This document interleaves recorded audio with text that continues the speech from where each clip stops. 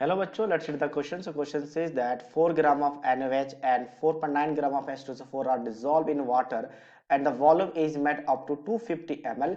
The pH of this solution is. तो देखिए इसमें सिंपल एक ट्रिक है, जब आपके पास यहाँ पे क्या हो, आपका एसिड और बेस एक साथ गिवन हो तो वहां पे निकालते हैं number of equivalent. Number of equivalent, तो number of equivalent of NaOH की बात करते हैं। तो नंबर ऑफ इक्विवेलेंट कैसे निकालते हैं, तो ये आपका हो जाता है number of moles into n factor. ठीक है, मोल्स इनटू एन फैक्टर। और NaOH के लिए जितने OH नेगेटिव डोनेट कर सकते हो वही इसका एन फैक्टर होता है। तो सबसे पहले इसका मोल्स निकाल लेते हैं। मोल्स कितना होगा, 4 ग्राम है, और NaOH का मास हो जाता है 40। ठीक है, सोडियम के लिए 23 और इसके लिए ऑक्सीजन के लिए 16 और हाइड्रोजन के लिए 1। सबको ऐड करेंगे इतना आ जाएगा आपका 40 आ जाएगा। तो ये 40 मतलब कितना आ चुका, 0.1, और एन फैक्टर कितना 1 है, तो ये इसका नंबर ऑफ इक्विवेलेंट आ गया 1.1 इंटू 1। तो नंबर ऑफ इक्विवेलेंट 0.1 आ चुका है।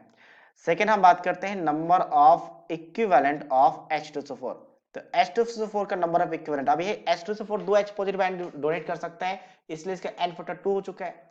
अब इसके हम नंबर ऑफ मोल्स की बात करें तो मोल्स के लिए गिवन मास आपका 4.9 है और मोलर मास इसका होता है 98। तो पॉइंट को रिमूव करेंगे तो नीचे कितना आ जाएगा, नीचे 10 आ जाएगा, और ये एक्जैक्टली कैंसिल होगा 2 टाइम्स। तो ये बन चुके आपके पास 1/20।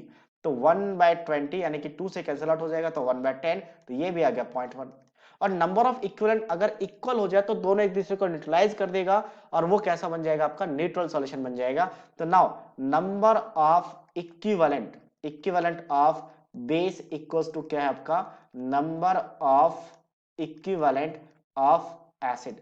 और इस केस में क्या होता है, न्यूट्रलाइजेशन, न्यूट्रलाइजेशन न्यूट्रलाइजेशन हो जाएगा। ठीक है, और न्यूट्रलाइजेशन होने के बाद क्या होगा, सिर्फ और सिर्फ न्यूट्रल सॉल्यूशन बचेगा, न्यूट्रल। और न्यूट्रल सॉल्यूशन यानी कि आपके पास न्यूट्रल वाटर कह सकते हो, तो उसके लिए पीएच कितना होता है, पीएच इज इक्वल्स टू 7 होता है। So that means option A is the right answer of this question. So I hope you understood it well. All the best.